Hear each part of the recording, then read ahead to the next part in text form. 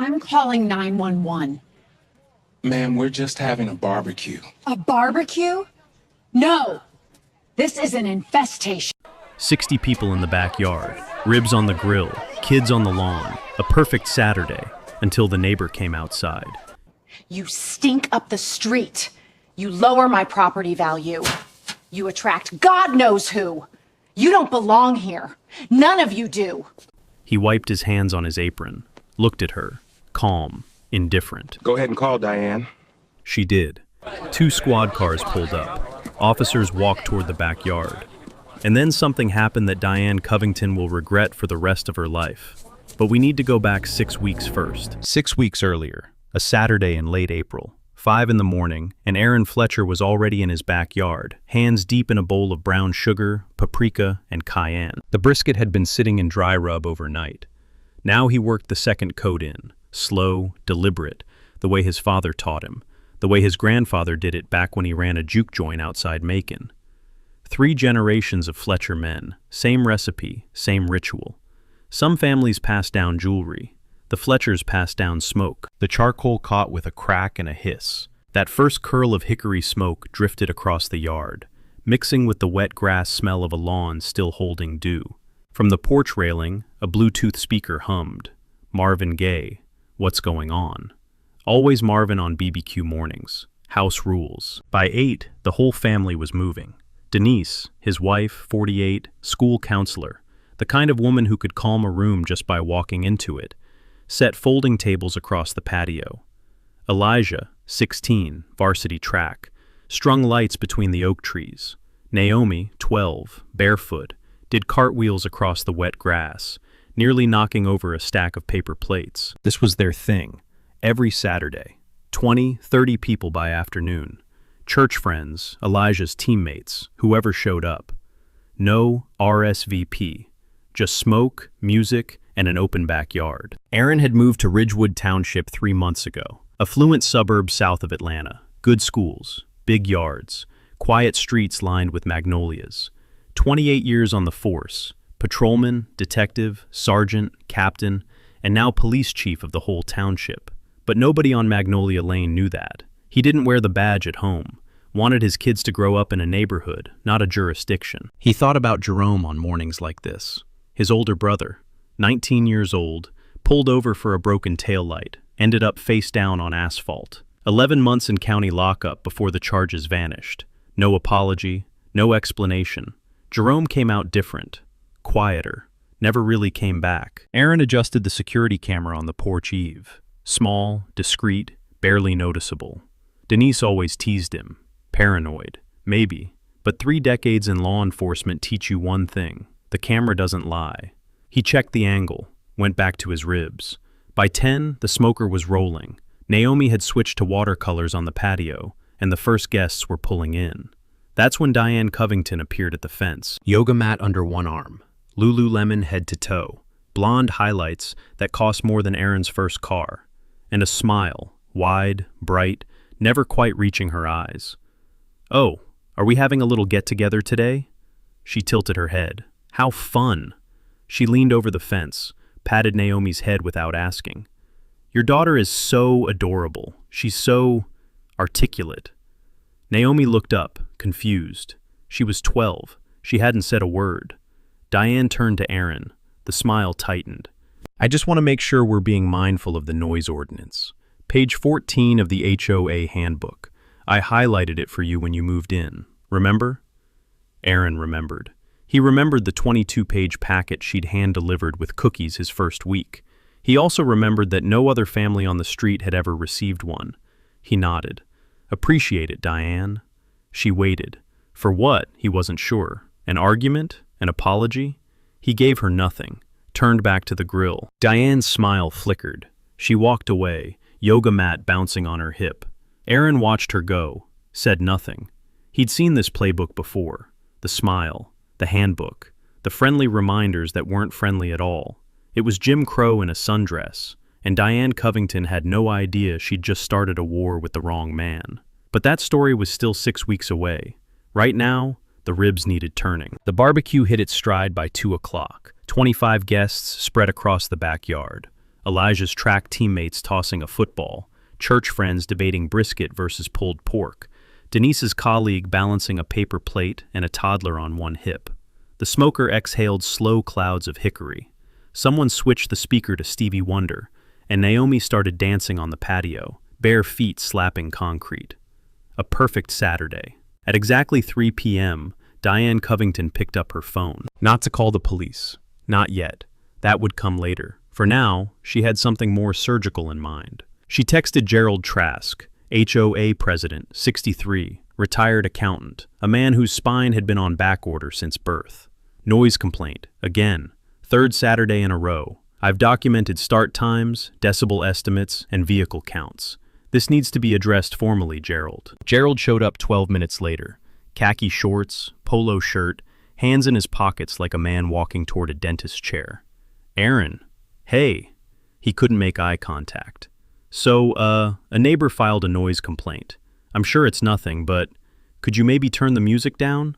Technically, after 3, we're in the quiet hours window. Aaron looked at him. Looked at the speaker, which was playing Stevie Wonder at the volume of a polite conversation. No problem, Gerald. He turned it down, smiled. Easy. Gerald exhaled like he'd been holding his breath underwater. Thanks, man. Appreciate it. Great ribs, by the way. He left without taking a plate. And across the street, behind her kitchen window, Diane Covington watched. She gave a small wave, fingers only, barely a flutter. The kind of wave a queen gives from a balcony. Aaron saw it, filed it away, said nothing. But that wave wasn't the beginning. The beginning had started weeks ago, quiet, polite, and absolutely deliberate. 2 weeks after the Fletchers moved in, a note appeared on their mailbox. Handwritten, cheerful cursive, little smiley face at the bottom.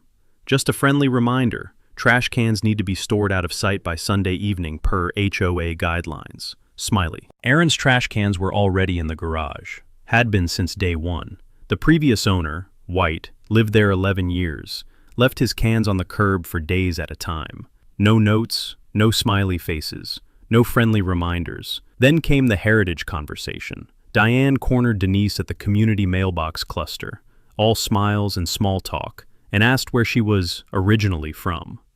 Denise blinked. Atlanta. No, I mean, like, your heritage, where your family is from. Denise stared at her for 3 full seconds. Atlanta. Diane laughed it off, but the question hung in the air like the smell of something rotting under a porch. You couldn't see it, but you knew it was there. And now, the formal HOA warning. Aaron found it in his mailbox the next morning. Cream-colored envelope, official letterhead, the works. Notice of repeated noise violations. 3 complaints on file, all from the same source. All for Saturday BBQs that ended by sundown. All for music that never broke 80 decibels. Signed at the bottom, Diane Covington, Architectural Review Committee. Aaron read it at the kitchen table. Denise watched him from the doorway. You okay? Yeah. He folded the letter, put it back in the envelope. Just thinking. That night, after the dishes were done and the kids were in bed, Aaron sat on the back porch alone, fireflies pulsing in the dark. The smoker still warm, ticking as it cooled. He pulled out his phone, opened his notes app and typed, Covington, complaint number 4. No actual violation. Pattern emerging. He considered going to Gerald, man to man, explaining the situation calmly, laying out the facts, asking for a fair shake. He still believed in the process, in paperwork and procedure, and the idea that reasonable people could solve reasonable problems. That was either his greatest strength or his biggest blind spot. He put the phone down, looked at the fireflies, took a breath. Inside the house, Denise lay awake, staring at the ceiling, wondering if they'd made a mistake buying this house, wondering if the schools and the big yard and the magnolia trees were worth this, whatever this was becoming. She wouldn't have to wonder much longer, because by the following Monday, Diane Covington had moved to Phase 2. And Phase 2 didn't come with smiley faces. Diane Covington didn't do anything halfway. When she decided to move, she moved like a woman running for office, organized, relentless, and absolutely convinced she was saving the world. 2 weeks after the noise complaint, a petition appeared in mailboxes across Magnolia Lane. Concerns regarding frequent large gatherings on Magnolia Lane. No names, no addresses, just language so carefully neutral it could have been written by a corporate lawyer, because it practically was. Diane had spent 9 years selling luxury homes. She knew how to say ugly things in beautiful sentences.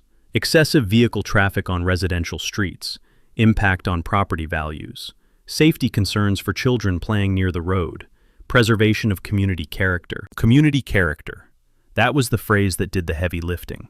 It meant whatever the reader wanted it to mean, and what it meant, on a street where one black family had moved in 3 months ago, was perfectly clear. She got 11 signatures. 11 neighbors who'd never attended a Fletcher barbecue. 11 people who'd never tasted Aaron's ribs, never watched Naomi's cartwheels, never heard Elijah laugh at the grill. 11 strangers signing a document about a family they'd never met, because a woman with good highlights and a confident smile told them to be worried. The monthly HOA meeting was held in the Ridgewood Community Center. Fluorescent lights, folding chairs, the faint smell of floor wax and stale coffee. Aaron and Denise sat in the third row. Aaron wore a button-down. Denise held a notepad she never opened. Diane stood at the podium like she'd been born there. "I want to be very clear," she said, adjusting her reading glasses. "This isn't about any one family. This is about maintaining the character of our community. We moved here for a reason. We chose this neighborhood for its peace, its safety, its values." She paused, let the words land. Some of us feel that those values are being tested. She never said Fletcher, never said black, didn't have to. Every head in the room knew exactly who she was talking about, and nobody, not one person, turned around to look at Aaron and Denise. Gerald Trask cleared his throat. "We'll, table this for further review." Diane smiled. She'd planted the seed. That was enough for now. Ray Hutchins sat in the back row, arms crossed, jaw tight. He'd lived next to Aaron for 3 months. Good neighbor.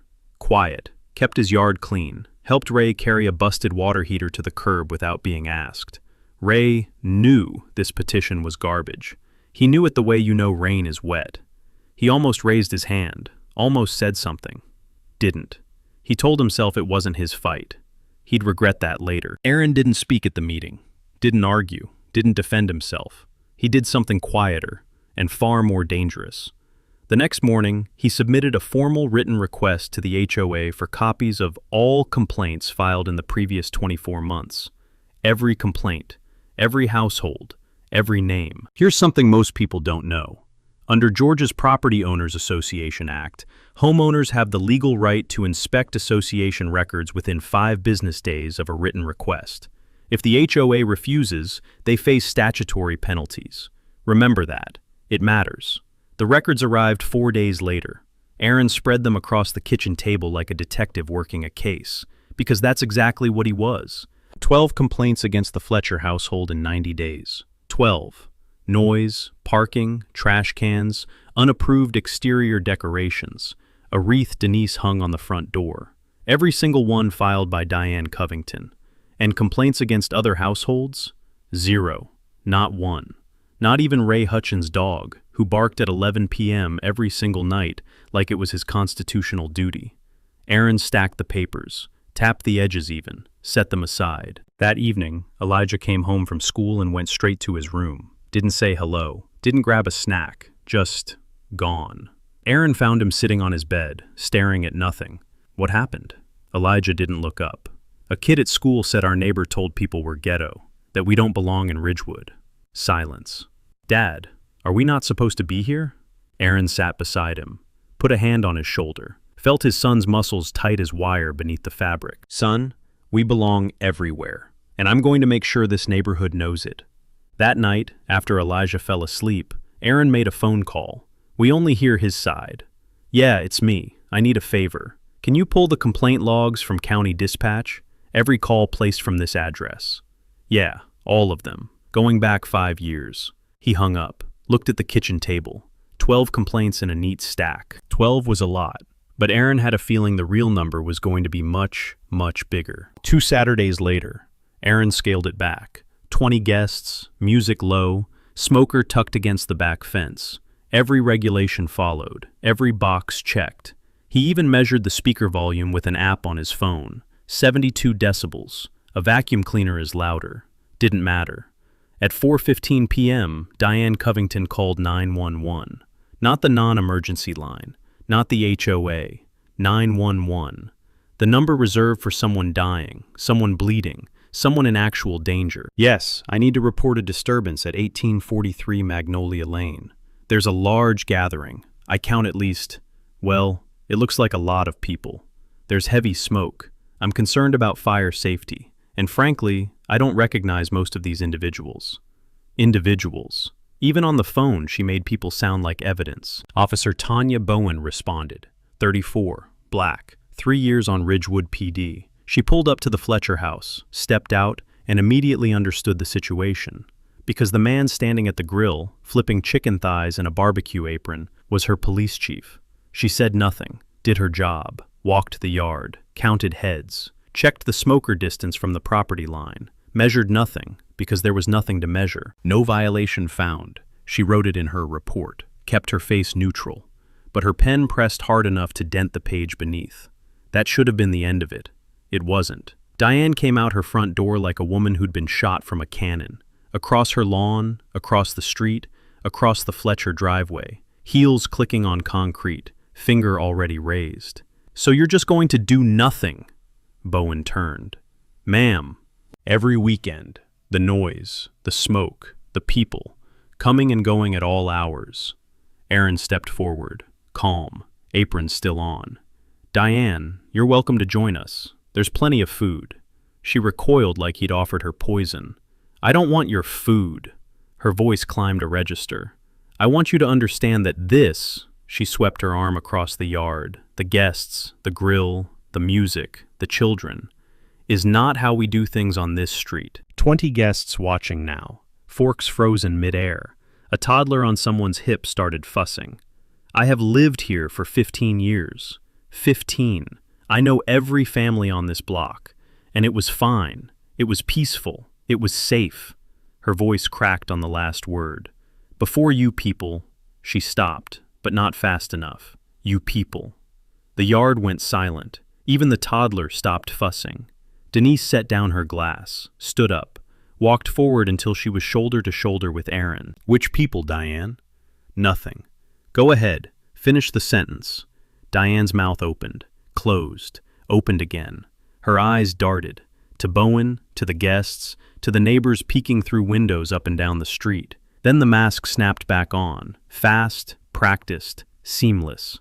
You're twisting my words. Her hand flew to her chest. I feel threatened right now. Officer, she pointed at Aaron. I want to file a complaint about him. Bowen didn't blink. Ma'am, no violation has occurred. I'd recommend everyone return to their own property. Diane spun on her heel, took 3 steps, stopped, turned back. This isn't over. I'm calling the mayor. I'm calling the county. I'm calling everyone I know. She marched back to her house. The door slammed hard enough to rattle the frame. The barbecue was over. Everyone knew it. Guests started packing plates, gathering kids, making quiet exits. Nobody made eye contact with Aaron. One woman whispered to her husband, I told you we shouldn't have come. Elijah carried leftover ribs inside without a word. Naomi tugged Aaron's apron. Daddy, why does she hate us? Aaron looked down at his daughter, 12 years old, paint under her fingernails, eyes searching his face for an answer he didn't have, not one that a 12-year-old should ever need to hear. She doesn't hate us, baby. She's just scared of things she doesn't understand. It was a lie. He knew it.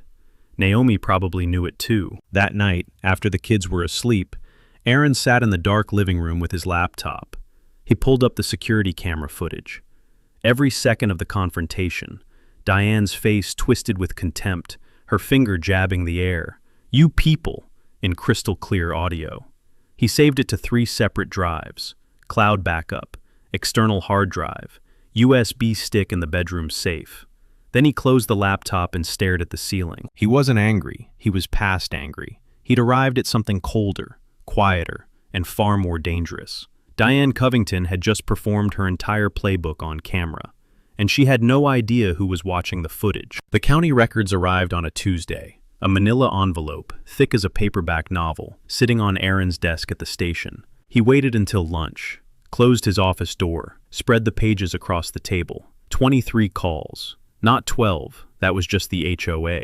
The full picture was worse. Diane Covington had contacted 911 or non-emergency dispatch 23 times in 5 years, and every single call, every last one, targeted a person of color. Aaron went through them with a highlighter, the way he'd processed case files for 3 decades.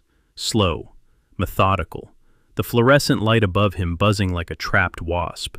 Call number 6, a black DoorDash driver, reported as casing the neighborhood.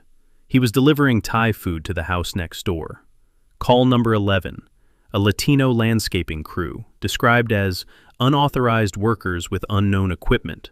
They were mowing Diane's own neighbor's lawn, had been for 3 years. Call number 14, a Middle Eastern family visiting friends on the street. Suspicious vehicle parked for an extended period.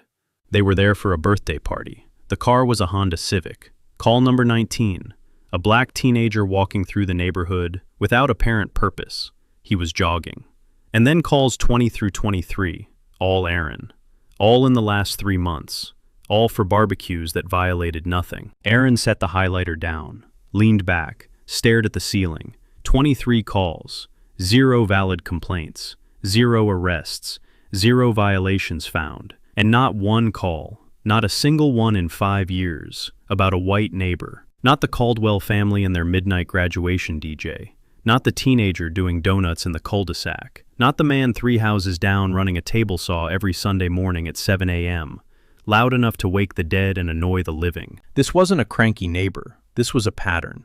Documented, time-stamped, and color-coded by skin tone. Here's something worth knowing. Under Georgia Code Section 16-10-26, knowingly giving a false report of a crime is a misdemeanor, up to 12 months in jail and a $1,000 fine. But when those false reports show a pattern of racial targeting, the game changes entirely. Civil rights attorneys can pursue federal action under 42 U.S.C. Section 1983, and suddenly, a series of nuisance calls becomes a civil rights case with real teeth. That's not a slap on the wrist. That's a life-altering lawsuit. Aaron called Vivian Slater that afternoon, civil rights attorney, 45, sharp enough to cut glass. He'd met her at a law enforcement conference years ago, respected her, slightly feared her if he was honest. He laid out the data. She listened without interrupting.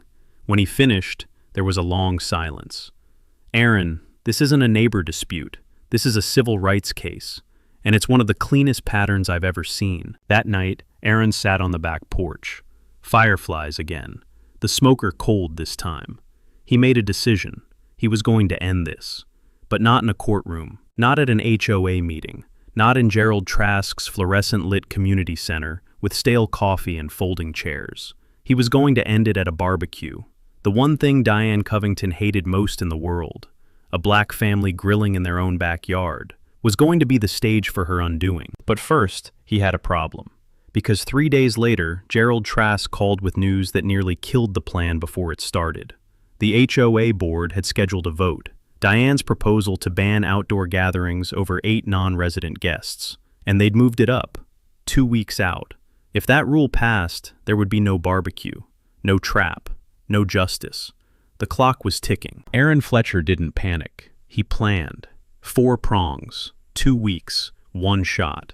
Prong 1, kill the vote. He sat at the kitchen table that night with Diane's proposal, a yellow legal pad, and coffee going cold.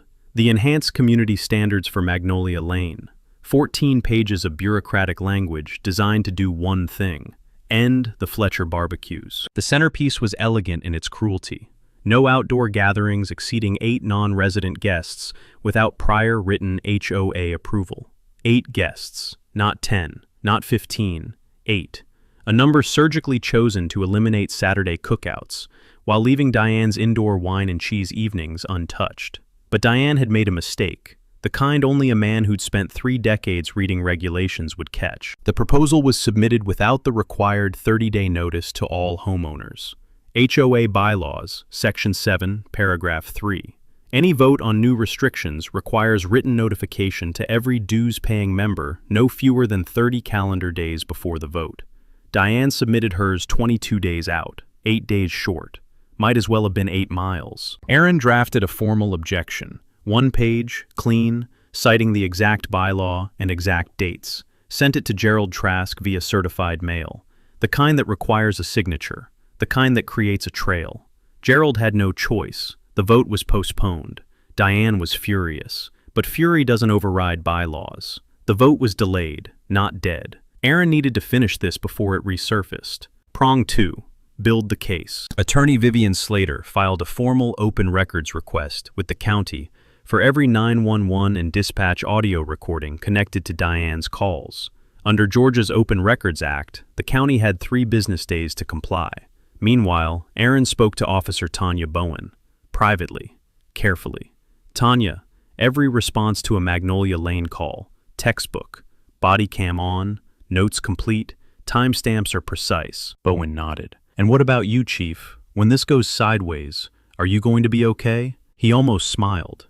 I'll be at the grill. Prong 3. Recruit allies. Aaron knocked on Ray Hutchins' door on a Wednesday evening. Ray opened it with a beer in one hand and guilt all over his face.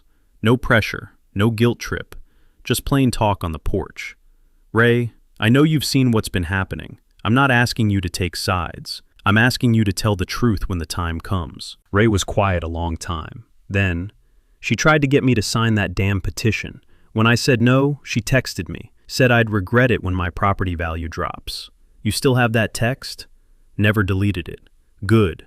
One ally. One honest man. Sometimes that's enough. Next, Cynthia Norwood, editor of the Ridgewood Gazette, 55. The kind of journalist who smelled a story the way a bloodhound smells like a fugitive. She'd heard about the HOA vote, the complaints, the 911 calls. She called Aaron first. Chief Fletcher, I'm hearing things. Care to comment? Not yet, but come to my BBQ 2 Saturdays from now. Bring a photographer. She didn't ask why. Good reporters never do. Prong 4. The trap. Aaron designed the invitation himself, printed on cardstock. The Fletcher family invites you to the Magnolia Lane Summer Kickoff. Saturday, June 8th, noon to sundown. Bring a dish, bring your family, bring your appetite. He walked it to every mailbox on the street, every one, including Diane's. Then he installed 3 additional security cameras. Front porch, side yard, back fence line, all with audio. All legal. Georgia is a one-party consent state.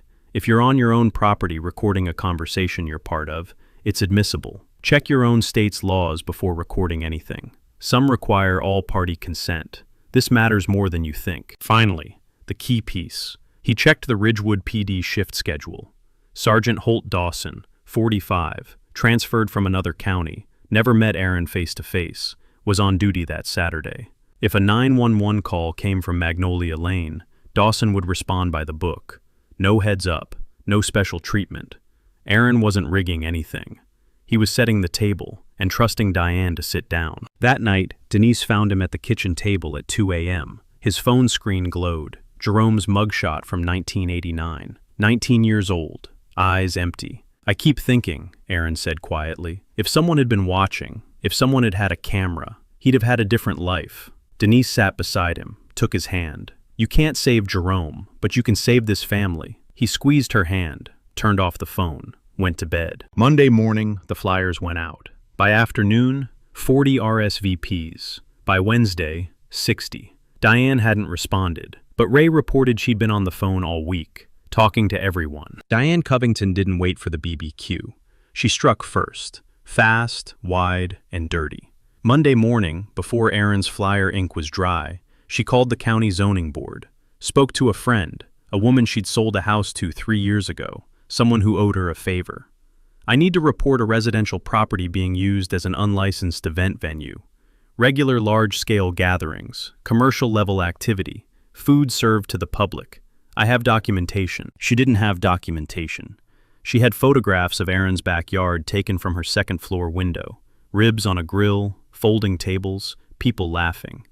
Evidence of a felony if the felony was being happy on a Saturday. Tuesday, she called the county health department, requested a food safety inspection of the Fletcher property.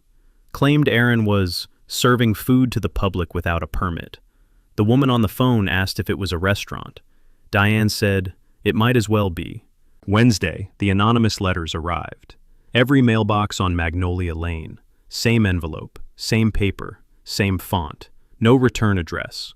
Do you really know your neighbors? A concerned citizen has serious questions about the large, frequent gatherings at 1843 Magnolia Lane. Unknown visitors, unregulated food service. What is really happening at this address? Are your children safe? It didn't say Fletcher. Didn't say Black. It didn't need to. The letter did what Diane's smile always did. Said everything without saying anything. A stiletto wrapped in stationery. Aaron read his copy standing at the mailbox, folded it, put it in his pocket. His face showed nothing, but his knuckles were white around the paper's edge. Ray Hutchins found the same letter in his box. He also noticed something. The paper stock was identical to a flyer Diane had left on his door 2 months ago, promoting her real estate services. Same weight, same slightly cream tint, same faint watermark in the corner. He photographed both and texted Aaron. Same paper, same printer. She's not as clever as she thinks. Thursday, 3 days before the barbecue, Aaron came home to a Ridgewood Township code enforcement truck in his driveway. A young officer stood on the property line with a tape measure and a clipboard, looking like he'd rather be anywhere else on earth. "Sir, we received a complaint that your fence exceeds the property boundary by 4 inches, and that your smoker violates residential setback regulations." Aaron leaned against the porch railing. "Go ahead and measure." The officer measured. The fence was 2 inches inside the property line. The smoker sat 15 feet from the nearest structure, 5 feet beyond the minimum. 0 violations. Again. The officer packed up his tape measure. "Sorry for the trouble, sir. Not your fault." Aaron looked across the street. Diane was watching from her kitchen window. The same position, the same silent surveillance she'd maintained for 3 months. Aaron raised his hand, gave her a small wave, fingers only, barely a flutter. The same wave she'd given him back in Section 3. She recognized it. He could tell by the way the curtain snapped shut. That evening, Gerald Trask showed up at Aaron's door. Uninvited, uncomfortable. Hands deep in his pockets, his default position whenever he was about to disappoint someone. "Aaron, I like you. I think you're a good guy. But this BBQ thing, maybe if you just canceled it, met Diane halfway, it would make things easier for everyone." Aaron looked at him for a long time. "Gerald, when someone files 23 false reports based on the color of people's skin, there is no halfway." Gerald opened his mouth, closed it, left without another word. That was the bystander betrayal. Not dramatic, not cinematic, just a tired old man choosing comfort over conscience. The quietest kind of cowardice. And the most common. Inside the house, Naomi sat at the kitchen table doing homework. She'd found the anonymous letter in the mailbox before Denise could intercept it. She brought it inside with trembling hands. "Mommy, are we the ones they're talking about?" Denise took the letter, read it. Her face held steady. Years of practice as a school counselor, holding herself together while other people fell apart. "No, baby. Go finish your math." Naomi went upstairs. Denise waited until she heard the bedroom door close. Then she sat on the kitchen floor, back against the cabinet, and cried. Quiet, shaking sobs she wouldn't let anyone hear. Aaron found her there 20 minutes later. He sat down beside her on the cold tile, took her hand, said nothing for a long time. Then, 3 more days, I promise you. 3 more days and this ends. She wiped her eyes, looked at him. It better. 72 hours. The smoker was ready. The cameras were rolling. The guest list was growing. And Diane Covington, brilliant, relentless, absolutely certain she was winning, was about to walk into a trap made of hickory smoke and patience. Friday evening, the night before the barbecue, Aaron was in the backyard alone. 40 pounds of ribs marinating in plastic tubs, tables wiped down, speakers tested, lights strung, everything checked twice. He moved through the preparations the way a surgeon lays out instruments, calm, precise, no wasted motion. The sun was dropping behind the tree line, painting the yard in long orange streaks. The air smelled like fresh-cut pine from the neighbor's fence project, and the first ghost of charcoal from Aaron's test burn. Somewhere down the street, a sprinkler hissed in slow arcs. Then he heard the click of heels on concrete. Diane appeared at the fence line. No yoga mat this time. No Lululemon smile. No performance. Just a woman with a wine glass in one hand and something ugly in her eyes. Her hair was different, slightly undone, a strand loose across her forehead. Her lipstick had faded. For the first time in 3 months, the mask wasn't just slipping, it was gone. "You're really doing this?" Aaron didn't look up. Keep seasoning ribs. After everything, after all my complaints, after everything I've done to make this neighborhood safe, you're throwing another party.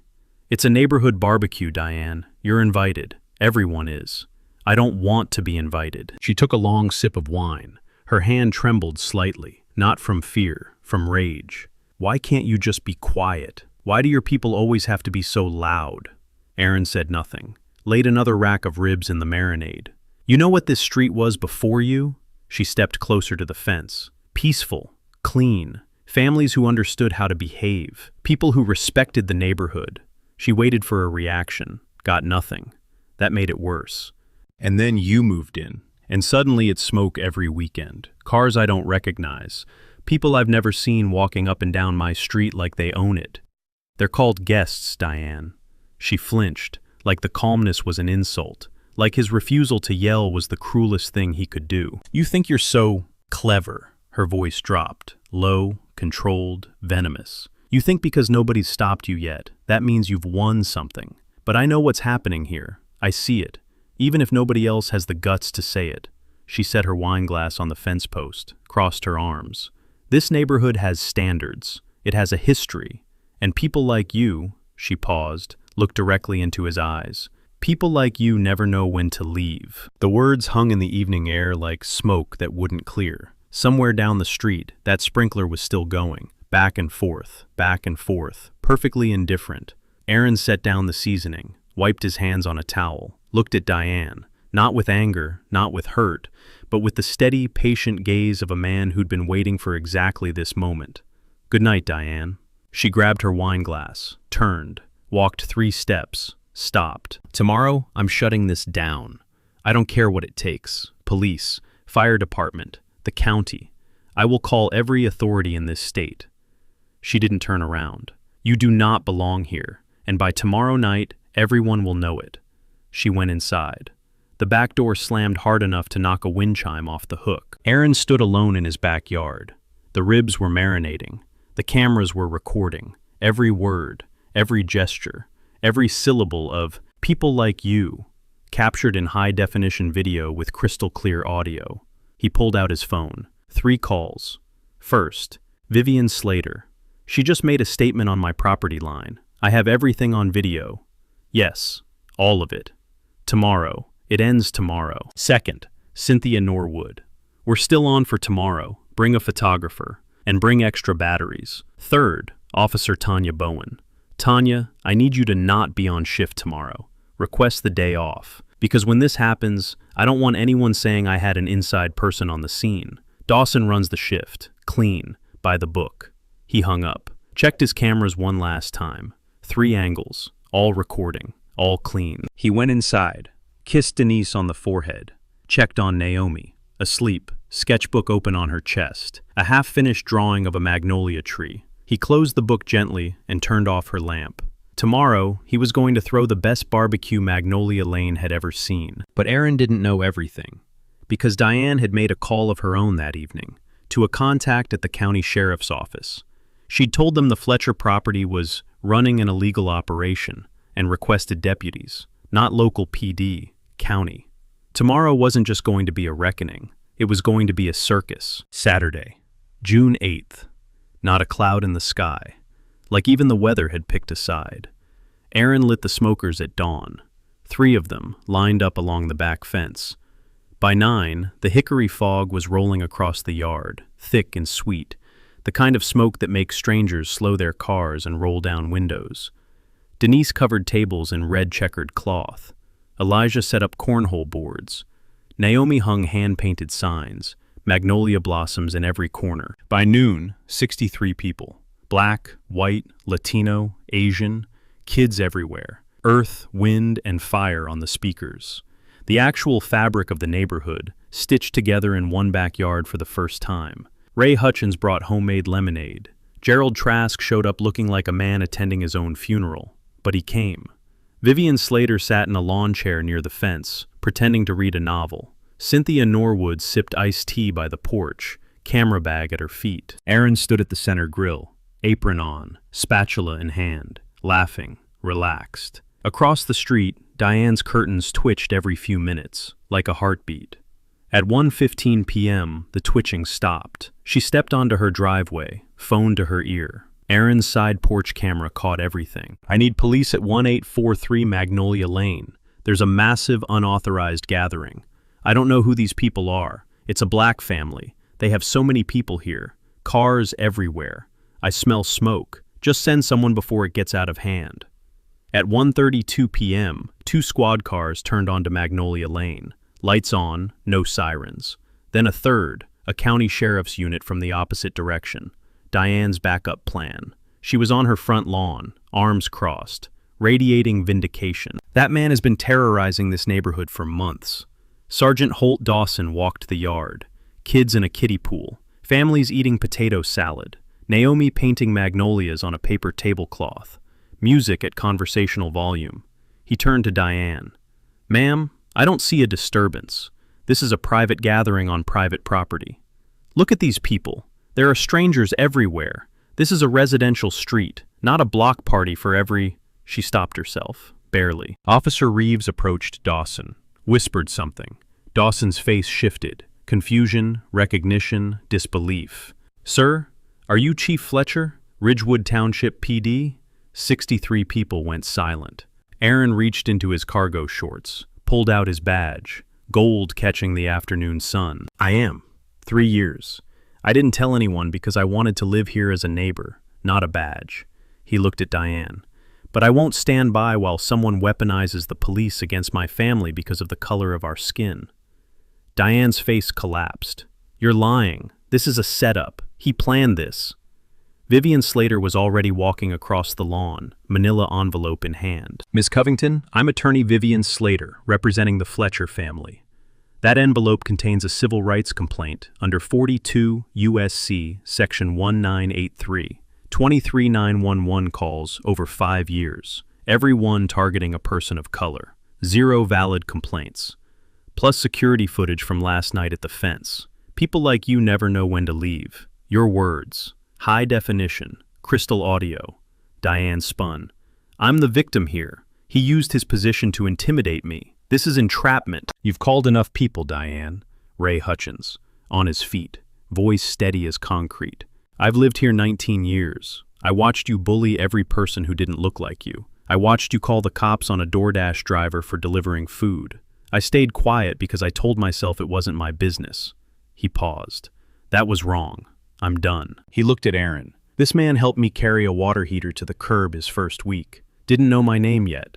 Back to Diane. "The only person on this street who doesn't belong is you."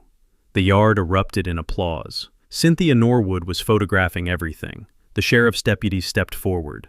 "Ma'am, filing a false emergency report is a misdemeanor in Georgia. I need you to come with me." Diane looked around, every face watching. 63 neighbors, 3 officers, 1 journalist, 1 attorney, 1 man in a barbecue apron holding a badge. She stepped backward. Her heel caught the curb. Her phone slipped and cracked on the driveway, screens spiderwebbing across her own reflection.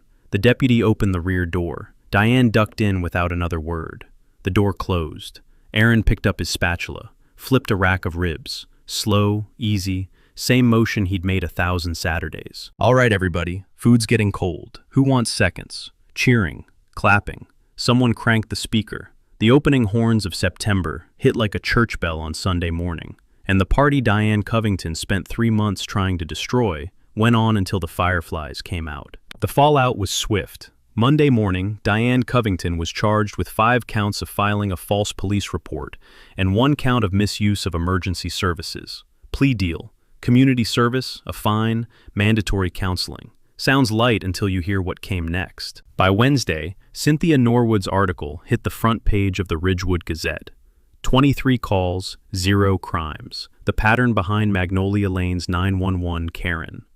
Dispatch data. Timeline. Direct quotes from Ray Hutchins. A photograph of Aaron at his grill. Apron on, badge in hand, 63 neighbors behind him. The article went local, then regional, then it kept going. By Friday, Diane's brokerage issued a 2-sentence statement. They wished her well. They had parted ways. The HOA held an emergency session Monday. Diane was removed from the Architectural Review Committee. Unanimous. The community standards proposal was withdrawn. Nobody mentioned it again. She put her house on the market 3 weeks later. The "In this house we believe" sign was still up the day the moving truck came. Everybody noticed. Nobody said a word. Gerald Trask resigned as HOA president. Sent Aaron a handwritten apology. 2 paragraphs, no excuses. Aaron read it, folded it, put it in a drawer. Forgiveness is a process, not a moment. But the next Saturday, Gerald showed up at the Fletcher barbecue, brought potato salad. Terrible. Too much mayo, not enough mustard. The kind of recipe that should come with a warning label. Nobody mentioned that either. Some things matter more than potato salad. Aaron didn't stop at justice. Justice is an ending. He wanted a beginning. He and Denise launched the Magnolia Lane Open Table, a monthly potluck rotating between volunteer host families. No HOA approval, no guest limits, just food, music, and an open yard. The first one drew 90 people. Elijah ran the grill, Ray handled lemonade. Naomi painted a mural on the community center wall, a long table stretching across the canvas, chairs of every color, magnolia blossoms dropping onto empty plates, waiting to be filled. Aaron worked with the Township Council to establish the Neighborhood Accountability Initiative, a formal review process for discriminatory complaint patterns, mandatory bias training for HOA board members, a 3-strike policy for serial false reporters. Ridgewood became the first township in the county to adopt it. 2 towns followed within the year.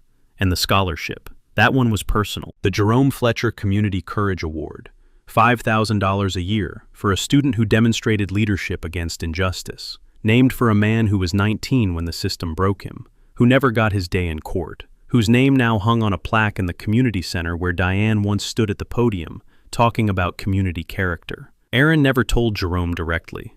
Denise told his wife. She said he cried for an hour, the good kind. Final scene.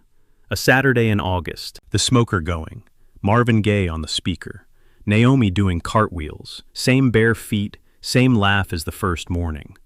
Elijah texted from the grill, "Dad, ribs are done. Get over here before Ray eats them all." Aaron smiled, stood up from the porch chair, looked at the security camera on the eave, the one Denise always called paranoid. He reached up, turned it off. 6 weeks ago, he turned that camera on because he didn't trust his neighborhood. Today he turned it off because he finally could. The smoke still rose from the same grill. The music still played from the same speaker. But Magnolia Lane was a different street. Not because the troublemaker left, but because the people who stayed decided to sit down at the same table. And the ribs? Still legendary. Now, next week, we've got a story about a woman who built a 6-foot privacy fence to block her neighbor's view. Didn't realize the neighbor was a licensed land surveyor with a grudge and a county plat map. You are not going to want to miss that one. If you've ever dealt with your own Diane Covington, someone who weaponized the system against you because of who you are, drop your story in the comments. I read every one. And if this is your first time here, hit subscribe and that bell. New story every week. They only get better. Real talk for a second. This story isn't just about one man and one HOA. It's about that feeling when someone with little authority decides you don't belong. When the rules only apply to you, when you do everything right, and they still come for you. Not because of what you did, because of who you are. Terry Parker didn't win because he was loud. He won because he was prepared, documented everything, knew his rights, read the fine print, and when the moment came, he didn't scream, he opened the folder. But here's what stayed with me. He had every right to burn it all down. He had every right to burn it all down. The judge said so, the law said so. You drink, get locked. 120 families shut out. And Terry chose to build a garden. His grandfather, Elijah, couldn't eat at a lunch counter, couldn't get a bank loan, got turned away from 3 homes, and that meant 6th grade education, lifetime of tobacco abuse, protocol that protected his family from beyond the grave. That's not luck, that's legacy. So if you're dealing with your own Cynthia right now, document everything, know your boundaries, read the fine print, and never let anyone forget those ground they're standing on. See you in the next one.